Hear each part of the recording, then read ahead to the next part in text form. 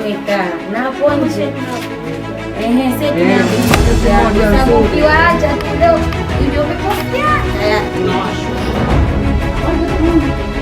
hapo msikisimama sana.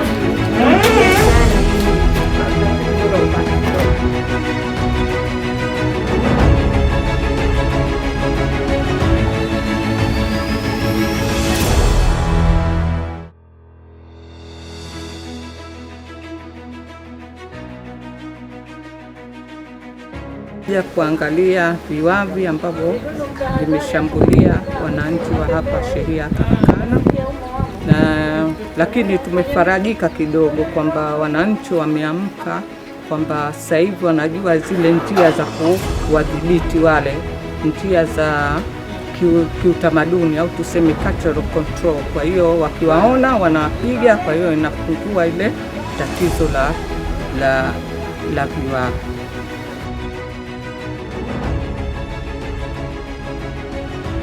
Tumekuja, tumeangalia, tumeona kweli kuna viwavi ambavyo ni hatarishi, hususan kwa watoto wadogo, wanawaathiri na marika mengine makubwa.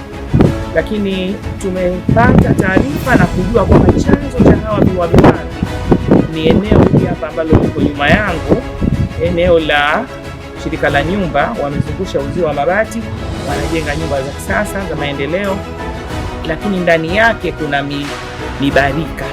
Sasa hiyo mibarika nadhani na mibono ndio inoleta hasa hawa viwavi.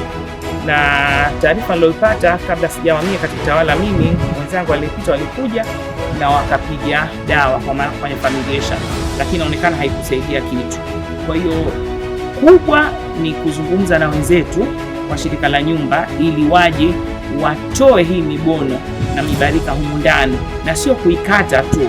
Tumeona solution kubwa ni kung'oa hata mizizi yenyewe ya ile mibarika na mibono, waitoe kabisa. Lakini wakisema wanaikata tu kuipunguza, mvua zikija inachipua tena, hawa viwavi wanakuwa ndio nyumba zao hapa.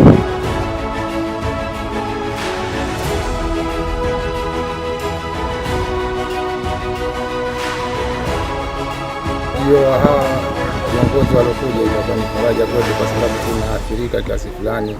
Mimea pia inaathirika na hawa wadudu viwavi.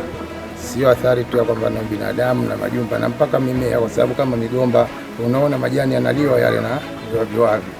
Na hii zaidi ndio inatokana na huku kwa wenzetu hawa shirika la nyumba. Kama unavyoona mibanzi, mikungu, sijui mibono, yote inachangia hawa wadudu. Kwa hiyo tungeliomba serikali wakae pamoja, waondoshe hii misitu kama alivyosema mwenzetu, kwamba kidogo na sisi tutapata faraja.